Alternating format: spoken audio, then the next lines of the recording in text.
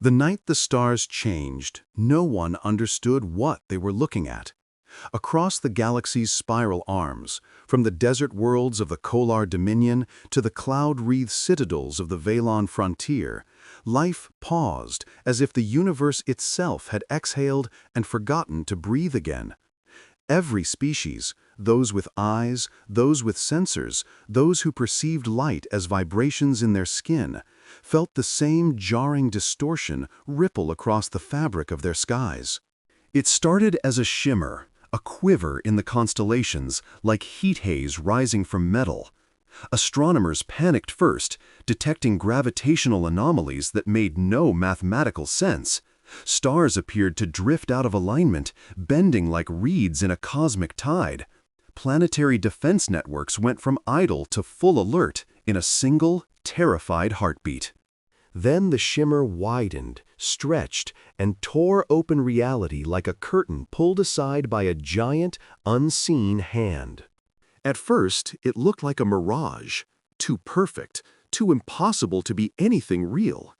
A sphere of blue and white emerged from the rift in the sky, rotating slowly, peacefully, defiantly serene amidst the tearing of space-time. Oceans glimmered. Continents cast familiar shapes. White hurricanes spiraled like slow-moving jewels. For a moment, most viewers didn't understand what they were staring at. Their minds refused to connect the impossible dots. A world like this existed only in archived footage, in history texts, in long discredited myths. It couldn't be Earth, but it was. The recognition struck each world like a pulse bomb. Earth, the ancient cradle of humanity, had appeared above every inhabited planet in the galaxy at once. Not a hologram, not a projection, not a symbolic image. This Earth had atmospheric depth, cloud shadows, true gravitational curvature.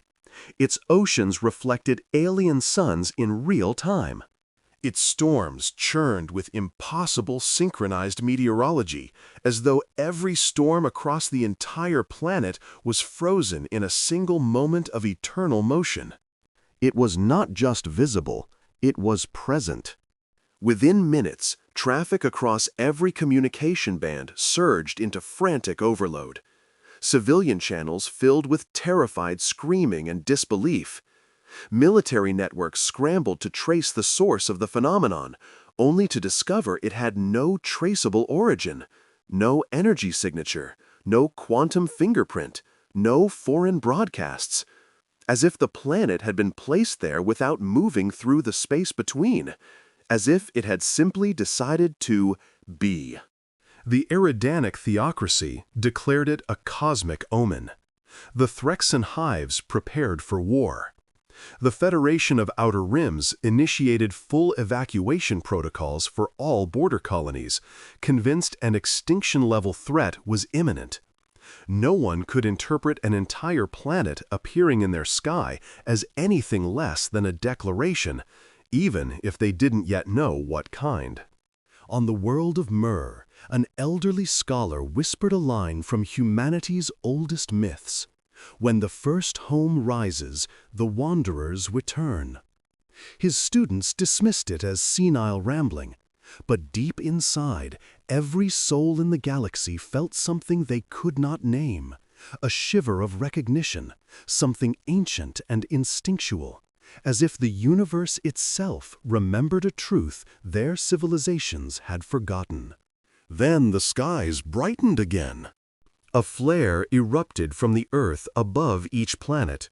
A soft glow, neither blinding nor hostile, but impossible to ignore.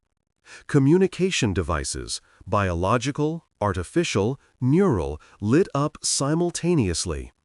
Even species with no concept of technology felt a vibration in their bones. A voice streamed through every channel at once. Not translated. Not synthesized.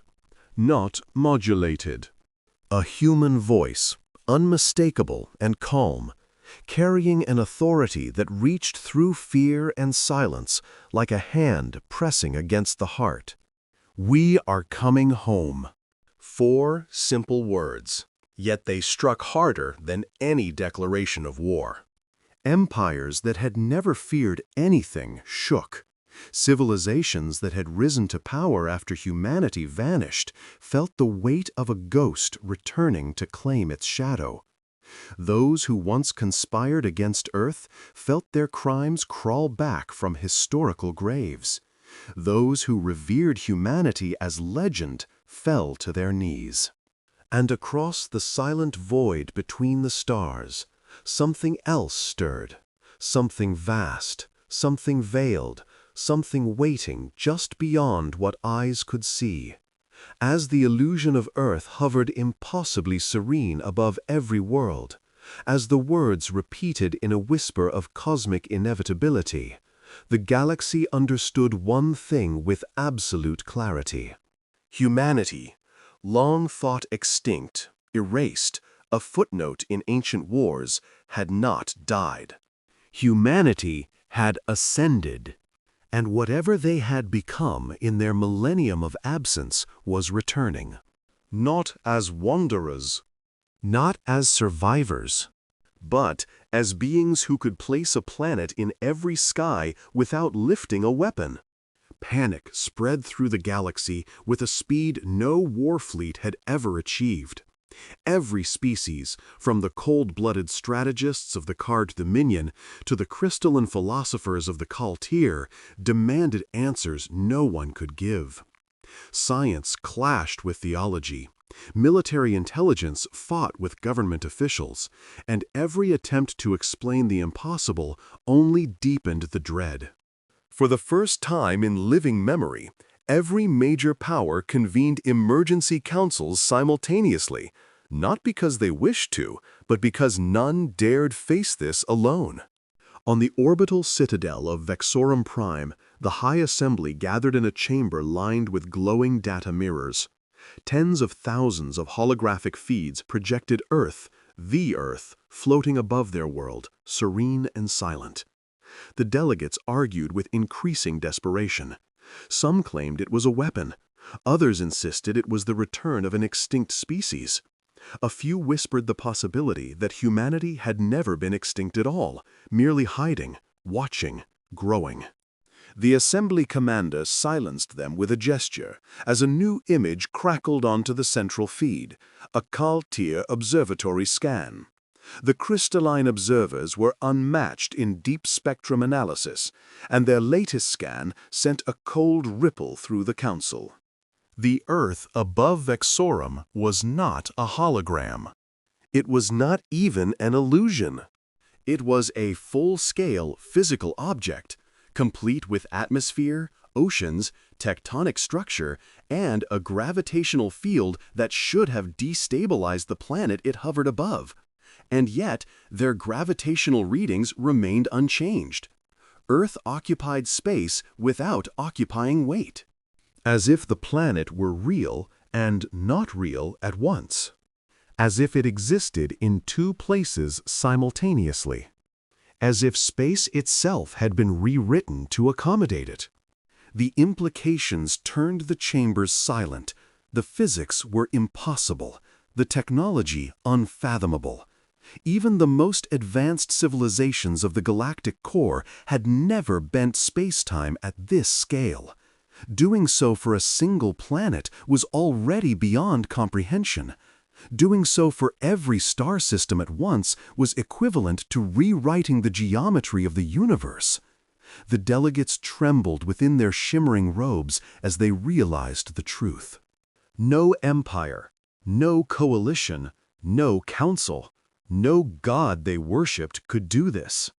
Only something that had transcended the boundaries of mortal science could. The room's lights flickered as another transmission echoed through every system. The same calm human voice, not loud, not aggressive, but weighted like the pressure before a storm that blots out continents. You took what was ours. Across the galaxy, listeners froze. The words were not shouted, not angry. They were spoken like a fact, a verdict rendered by something far older than any court. Entire star nations felt a collective guilt surface. Ancient crimes, buried wars, unspeakable acts committed in the chaos after humanity vanished. Some species had fought to erase Earth's influence. Some had profited from the vacuum their absence left. Some had scavenged human worlds, repurposed human technology, rewritten history to portray humanity as primitive or irrelevant. Every one of them now felt exposed. On the war moon of Korath Breach, a scarred military strategist whispered a confession no one else would hear. His race had participated in the burning of Sol, a campaign justified as stabilization. He had thought humans wiped out. He had helped ensure it. Now, as Earth glowed above his world like an eye that saw through time, he felt the old decisions come for him like ghosts clawing out of the rubble. His soldiers reported another anomaly. The Earth above Korath Breach was not identical to the one above Vexorum. Its cloud formations were subtly different. Its continents shifted slowly, as if reflecting a slightly different moment in planetary history. Scans across dozens of worlds confirmed the same chilling truth. Every planet saw Earth, but not the same Earth. Some saw the Earth of 1,000 years ago, untouched by invasion. Others saw Earth as it appeared moments before humanity vanished, scarred, burning, defiant. A few saw something stranger, Earth with impossible structures rising from its surface, megacities that had never existed in any known timeline. The galaxy realized, with sinking dread, that these were not projections. They were versions, echoes, realities layered atop each other. A million possibilities of Earth displayed to the stars like pages of a cosmic chronicle. The voice returned. You believed we died. You believed we were gone. You believed wrong. Across every system, the illusion, no, the phenomenon shifted. The Earth above each world rotated until a single point aligned with the planet below. A specific continent, a specific ocean, a specific region. On every world, Earth's gaze fixed upon them. Then something happened that froze every heartbeat in the galaxy. A single beam of light extended downward from each Earth, touching nothing, harming nothing, simply illuminating the worlds beneath as though marking them, claiming them, or judging them. The beam was gentle, but its meaning was not. Humanity had returned. Not as refugees, not as survivors, but as a power that could command the geometry of creation itself. Every faction, every empire, every species understood the same truth at the same moment, a truth that carved itself into the marrow of their bones. Whatever humanity had become, the galaxy was no longer prepared to challenge it. And even worse, the humans had not yet arrived. This was only their shadow. They had no word for impossible in the Kelran lexicon, but as the phenomenon spread, as more and more worlds reported identical sightings of Earth shimmering above their horizons, they began to understand why humans used it so often. Because this was beyond any boundary of reason. And yet, the image was not static. It pulsed faintly, like a heartbeat echoing across dimensions. It flickered between real and unreal, the way a mirage hovers above desert heat. Stars refracted strangely around it, bending just slightly, like gravity was folding itself in recognition. Some Kelran scientists insisted it was a projection. Others said it was a trick of light. Many believed it was a warning. But the smallest, quietest group, The ones who studied humanity for centuries whispered the only explanation that actually made sense. Earth was returning, but not as matter, as memory, as presence, as something vast and purposeful woven into the structure of space-time. Selleck did not dare voice that theory aloud. Instead, she stood in the observation chamber, watching the spectral Earth hang above Kelra 4 like a ghostly second moon. The continents were faint outlines, shifting like fog, but she recognized them from the ancient archives. She felt a pressure in her chest, not fear, but something that felt far older. She kept hearing echoes of the last message humanity ever sent before they vanished, the one that had plagued her nightmares for years. "We're not gone. Not the way you think. If the stars ever dim, follow the signal." At the time, everyone assumed it was metaphorical. Humans were dramatic. Humans had flair. Humans liked to speak in riddles. But now, watching Earth appear simultaneously across 57 star systems, Selvian paradox particles radiating outward like ripples from a stone cast into a cosmic ocean, Selleck wondered if humans had not spoken in riddles at all. They had spoken literally, and none of them had listened.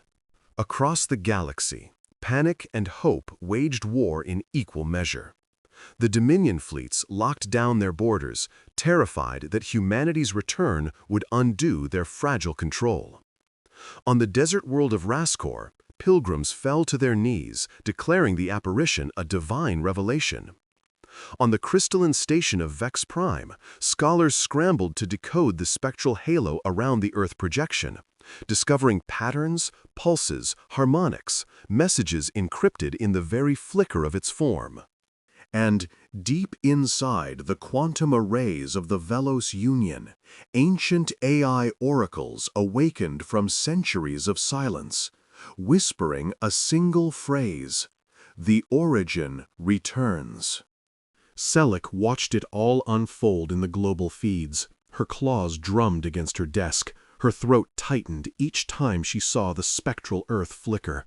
There was rhythm to it, not random, not chaotic, but deliberate, like a signal, like a message, like the heartbeat of a world that should not exist. And then came the reports, first one, then another, then hundreds. Individuals across dozens of species collapsing momentarily, claiming they heard something, not sound, not language. More like a presence, a realization, a memory that wasn't theirs. Some called it contact sickness, others claimed it was madness, but every single one described the same impression: a voice without a voice, a feeling without words, whispering through their minds like a breeze that had traveled across stars to find them. It said, "We see you." That was when Kelra 4th's central government initiated the state of celestial emergency, the first in their history.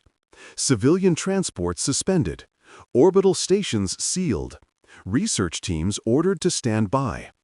But Selleck, standing at her console, felt only dread, because she realized something no one else seemed willing to consider. This wasn't just Earth returning. This wasn't a haunting. This wasn't a warning. It was a summons. Humanity wasn't appearing in the sky of every world. They were calling them, inviting them, or testing them. And the more she watched the flickering Earth above her world, the more she felt certain that humanity's disappearance had never been an accident, never a tragedy, never a defeat. It was deliberate. It was preparation. It was transition. And now, after centuries of silence, after entire civilizations rose believing humans were only myth, after half the galaxy forgot the smell of Earth's soil and the sound of human laughter, the universe was facing a truth none were prepared to confront. Humans had not vanished. They had evolved into something the galaxy had no name for, and whatever they had become had finally returned. The galaxy's military alliances scrambled as the impossibility of Earth's return crystallized into fear.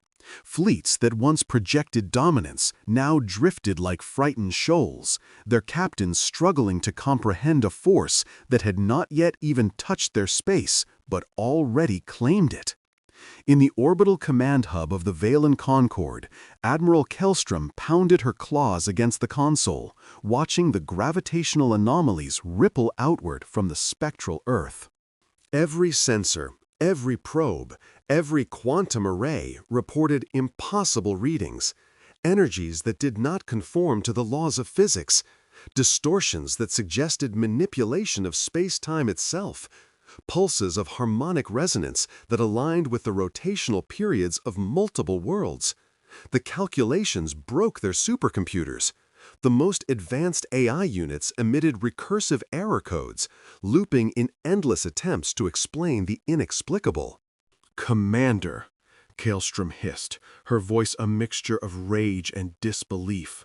"They're not even here, and they're already rewriting our physics. What kind of weapon does this? What kind of species?" Her sub-commander, a small, iridescent being with ocular sensors capable of seeing beyond visible light, interrupted with a tremor in his voice. "Admiral, it's not a weapon. Not in any sense we know. It's presence. They exist on levels we cannot measure. They exist through the rules we understand. Every theory of annihilation we've prepared is obsolete." Kellstrom clenched her teeth. She had spent centuries perfecting strategic dominance, had studied every conceivable threat in simulations, had overseen fleets that could vaporize planets in minutes. She had never, not once, felt fear like this. Not until now. Not until a ghost of a world, their world, hovered above her sky, unbound by the physical laws that structured her universe, unprovoked, yet proclaiming an authority that could not be ignored. Meanwhile, across dozens of star systems, the effect was the same. Colonies that had once mocked Earth as primitive, fleets that had once laughed at human legends, and scholars who had written human history off as myth now stared upward and saw the impossible.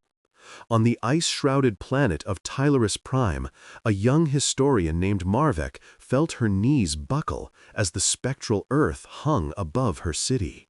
She reached out to touch her holo display, and though she felt nothing, her mind was flooded with 1,000 faint impressions, memories, echoes, visions of humanity that had never been hers but now felt like inheritance. Entire histories whispered through her consciousness, the rise of human civilization, the voyages across solar systems, the forgotten wars, the vanished colonies, the sacrifices and the courage that had been invisible to the galaxy. Humanity had left traces everywhere, subtle and enduring, like seeds in the wind. And now those seeds had germinated into something the galaxy could not withstand. The message was subtle, almost imperceptible at first, but it spread like wildfire. Humans were returning, not as refugees, not as a recovering species, but as something more, something beyond comprehension, something that had mastered existence itself. And the galaxy realized the devastating truth. Whatever humans had become, they had transcended the normal constraints of life, technology, and even warfare. They had become a force woven into the very fabric of the universe. Then came the subtle manipulations. Fleets noticed first.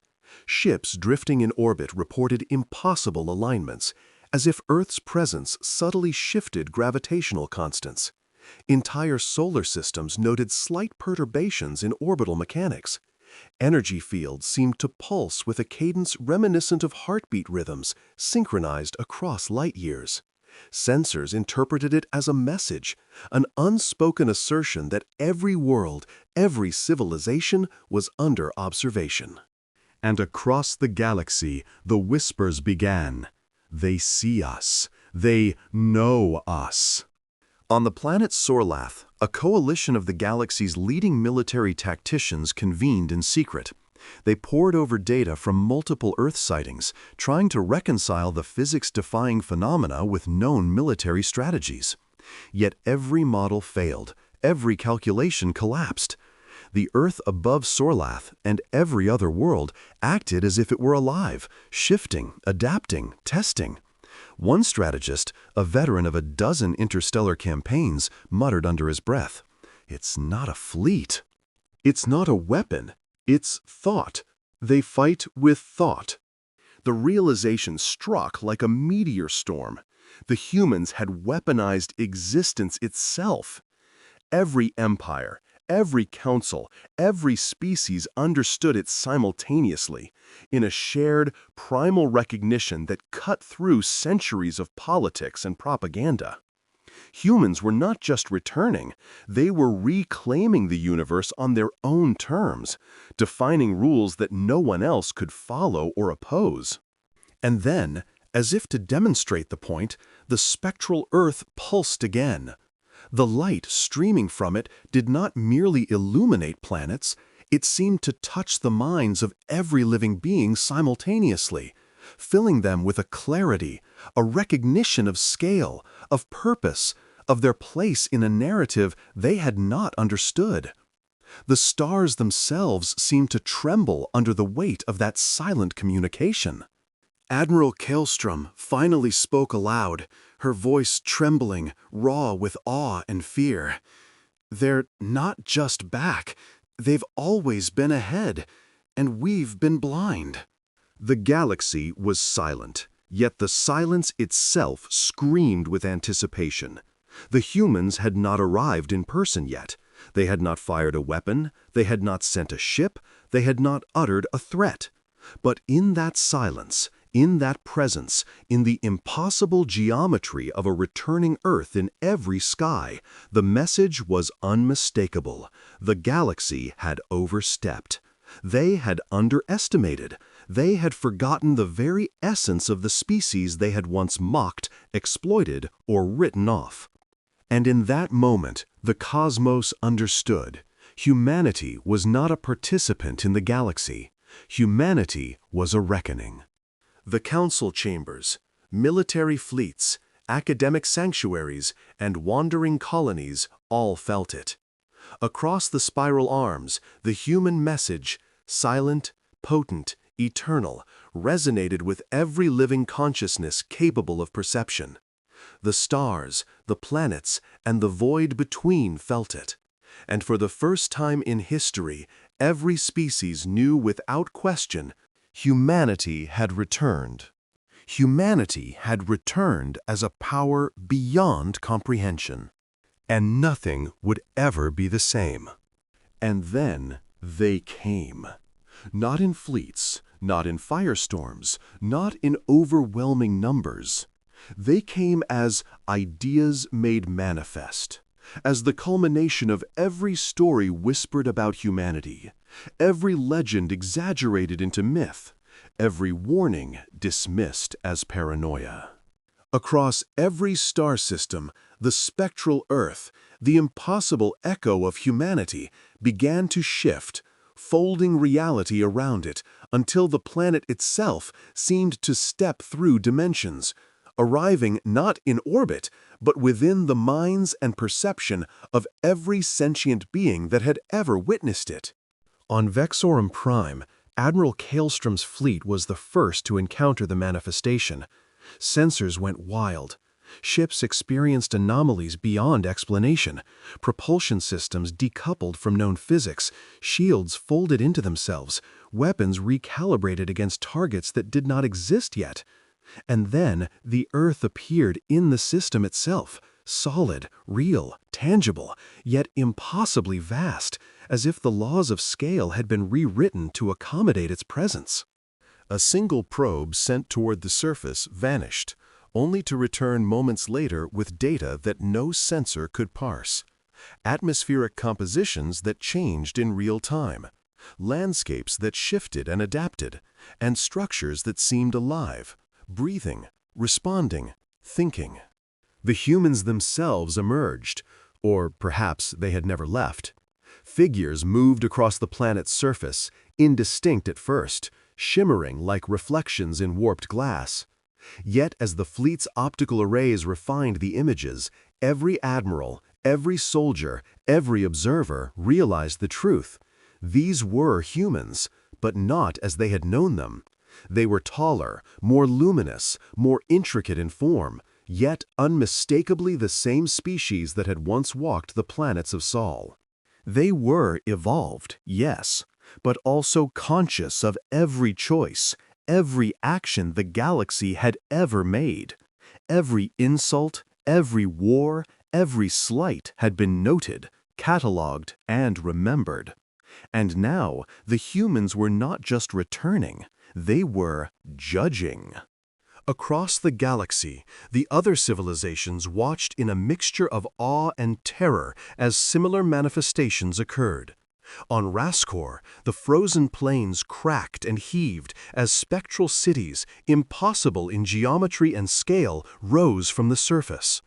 On Tyrus Prime, historians fainted from the sheer magnitude of memory projected into their consciousness, the lost history of humanity, the achievements erased from every archive, now made vivid in a flood of unrelenting truth. Even the most technologically advanced species, those who had once dismissed humans as primitive, were powerless. Their best AI constructs and scientific minds failed to interpret the phenomenon. Their weapons were irrelevant. Their fleets, formidable by any standard, could not approach the human worlds. For the first time in millennia, the galaxy realized it was facing something beyond conflict, beyond strategy, beyond war, an intelligence that could rewrite reality itself. Then came the first human voice, transmitted not as sound, but as presence.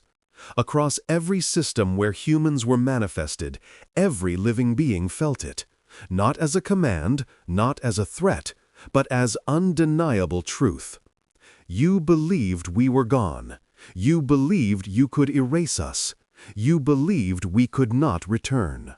The words echoed in the minds of every political leader, every general, every scholar, every citizen.